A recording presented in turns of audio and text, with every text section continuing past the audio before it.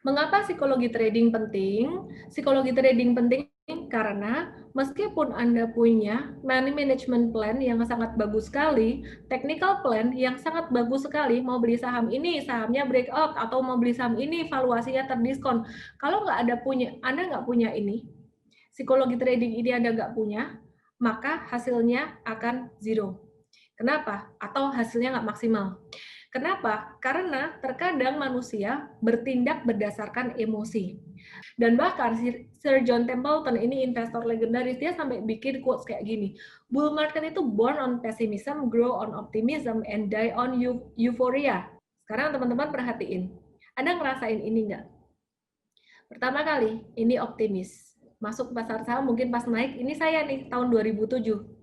Kemudian antusias, euforia, merasa pinter, saya nggak mungkin kalah, saya nggak mungkin rugi, kayak gitu ya. I'm very pleased with my investment, saya senang. Terus kemudian ini turun dikit, mulai galau, aduh bener nggak ya turun ya. Kemudian masuk di 2008 awal, mulai rugi. Aku mulai denial, perhatikan, ini penting banget nih. Denialnya gimana? Gue nggak bakalan rugi kok. Kok bisa nggak bakalan rugi? 2007 naik terus dia nggak bakalan rugi nih aku. Denial. Paling nanti turun, naik lagi. Jadi nggak usah stop loss. Jadi waktu itu aku rugi, astranya balik gitu. Terus kemudian mulai takut, ternyata turun loh, beneran loh. Waduh, gimana ya?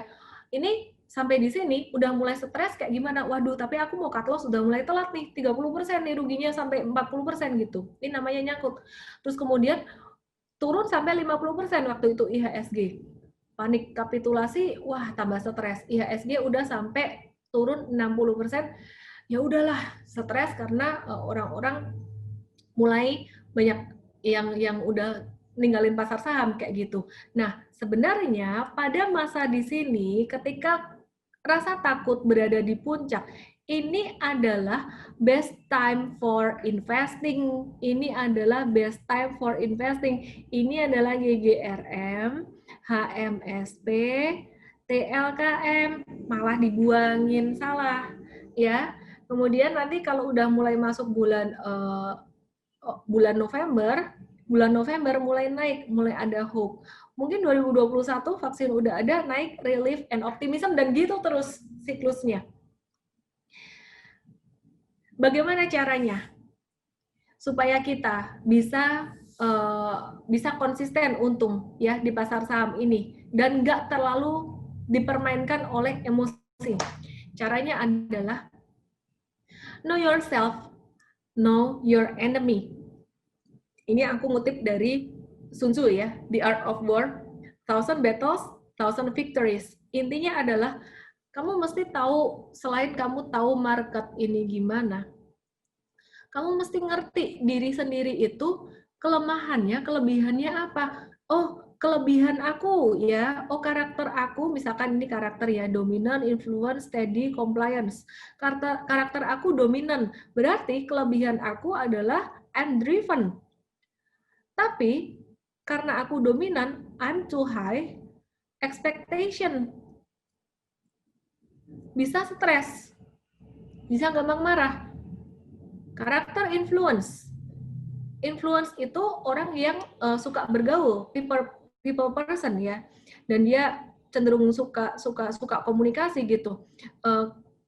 Plusnya untuk si influence ini dia lebih cenderung dia berani. Tapi kekurangannya dia unorganized. Nah, sedangkan kalau yang steady, ini karakter-karakter orang pragmatis, saya nggak tahu Anda termasuk yang mana. Steady ini, dia plusnya adalah tenang, kalem, sabar. Kekurangannya dia kadang-kadang fear, nggak action. Kalau karakter compliance, ini kelebihannya, compliance kelebihannya adalah dia pakai data semuanya. Dia pakai data dan dia perhitungannya ini bagus, dan kemudian kekurangannya adalah sama kayak yang ini tadi. Dia lama di actionnya. Nah, Sebenarnya ketika Anda trading, Anda perlu ini. Dan Anda perlu ini, baik trading maupun investasi. Ya. Jadi orang-orang yang karakter D dan C ini, DC, mereka cenderung menggunakan data dan mereka berani untuk mengambil keputusan gitu. Nah, kalau untuk yang influence and steady, ini mesti lebih banyak. Kalau untuk yang influence, banyakin pakai data, banyakin pakai pertimbangan dulu, jangan terlalu mudah panik. Oh ya, yang influence ini gampang panik gitu. Jadi teman-teman yang di sini yang balance. Nah, apa aja tantangan dari seorang trader dan investor? Fear of missing out. Satu yang sangat sering kali terjadi ketika market lagi mulai bullish, ya, fear of missing out. Ngejar saham. Terus karena fear of missing out, masukin duitnya banyak-banyak. Anda ngerasa nggak siapa yang mengalami FOMO? Tulis di situ FOMO, biar aku tahu nih berapa banyak yang FOMO. Oke. Terus kemudian greedy ini juga sama. Greedy, overtrade, overconfidence, ini juga sama, nyambung semuanya. Biasanya ini terjadi kalau marketnya lagi naik, ya, marketnya lagi naik. Terus addicted, ini juga karena marketnya lagi naik. Nah kemudian kadang-kadang kalau market lagi turun atau market lagi sideways, terutama sideways ya, sideways itu terjadi ini, nervous. Nah ini sideways yang aku kasih kotak. Nervous, aduh bener nggak ya, ini kok false breakout ya, cut loss nggak ya, gitu. Terus kemudian anxiety ini terjadi ketika sideways. Terus ketika marketnya mulai turun, ini akan terjadi ignorance, yang kayak aku bilang tadi. Nggak deh, ini nggak bakalan turun. Terus kemudian mulai takut, justify, misalkan tadinya beli karena technical, kemudian melakukan pembenaran. Nggak kok, itu fundamentalnya bagus kok, padahal fundamentalnya bagus dari mana gitu, dari pembenaran diri sendiri gitu ya. Kemudian anger, lama-lama dia bisa marah, dia bisa marahin siapa yang bisa dimarahin ya, dia bisa marahin kayak brokernya atau siapapun juga, dia bisa marahin coachnya juga gitu. Oke, ya, oke. Jadi perlu diingat sehari-hari juga ya. When emotion goes up, intelligence goes down. Ini juga sebagai pengingat buat diri aku sendiri, karena I'm a dominant person ya. Jadi ketika saya emosi, saya akan ingat-ingat bahwa ketika gue emosi, gue tuh jadi goblok loh. Tahu nggak kenapa? Karena pengambilan keputusannya jadi berantakan. Dan ini Albert Einstein bilang, perbedaan antara orang bodoh dan orang jenius adalah orang jenius tuh punya limit. Dia berani melakukan sesuatu, tapi ada limitnya. Greed is good, asal ada batasnya. Batasnya apa? Money management.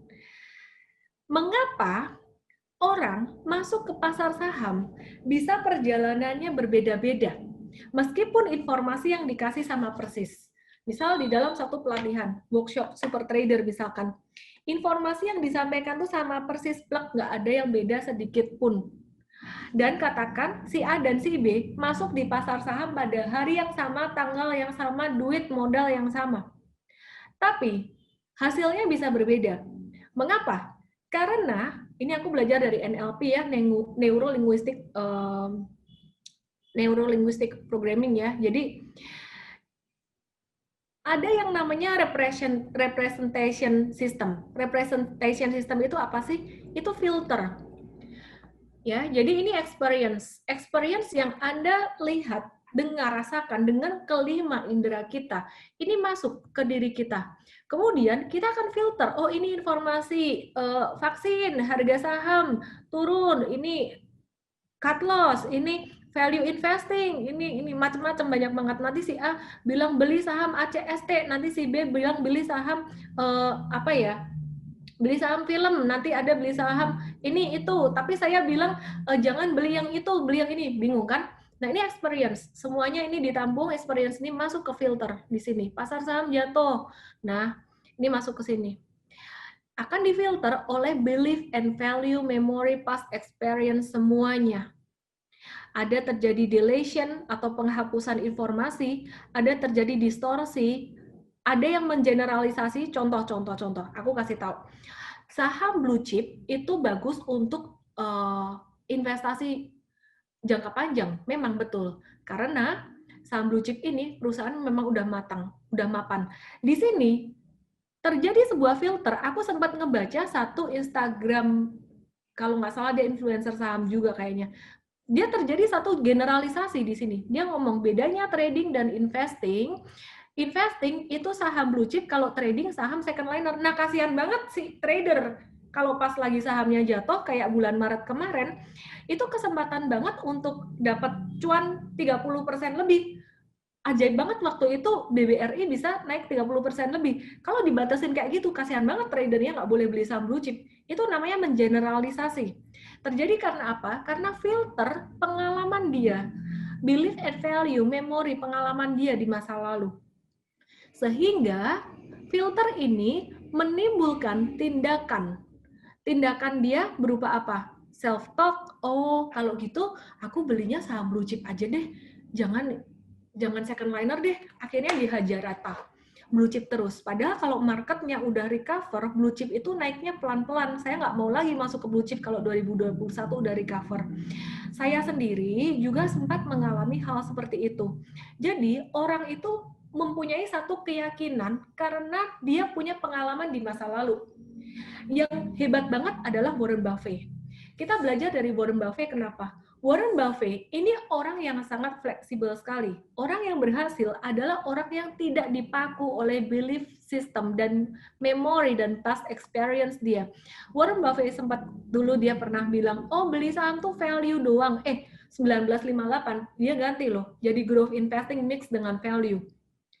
Ya, kemudian jangan perusahaan tech deh, gue nggak ngerti perusahaan tech.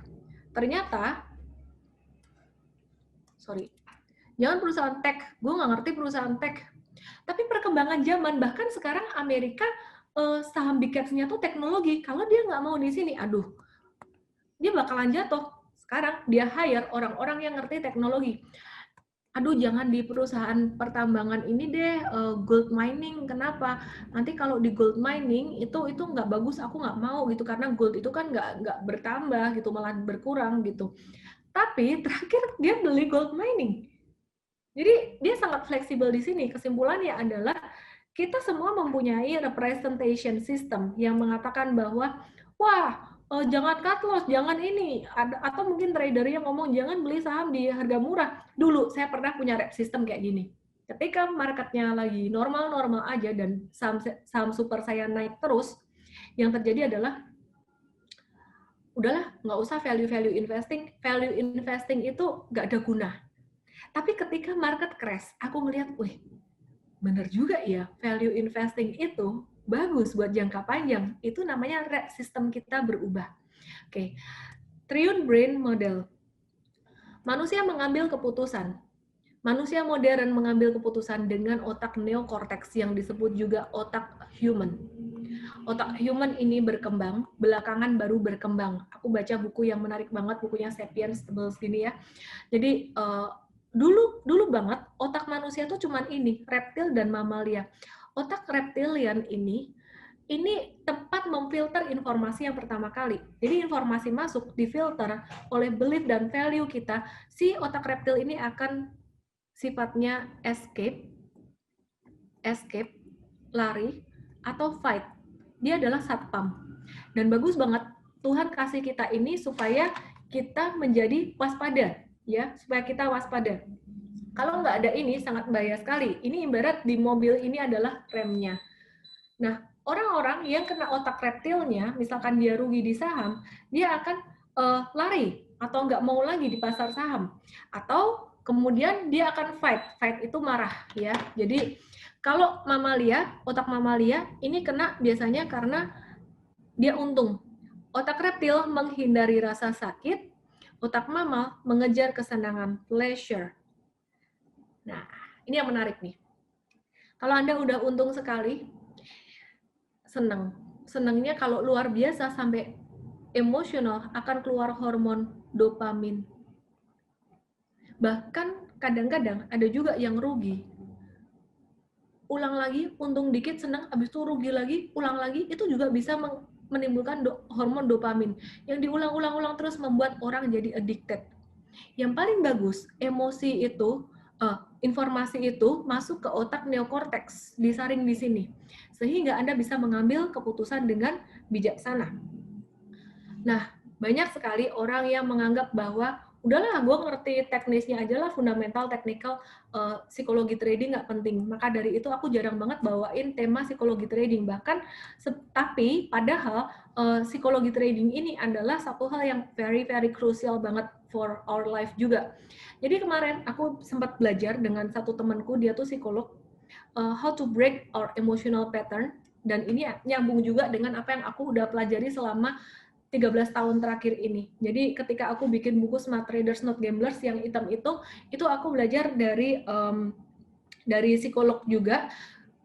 Bukunya namanya Psycho-Cybernetics ya. Intinya sebenarnya adalah tentang how to break our emotional pattern.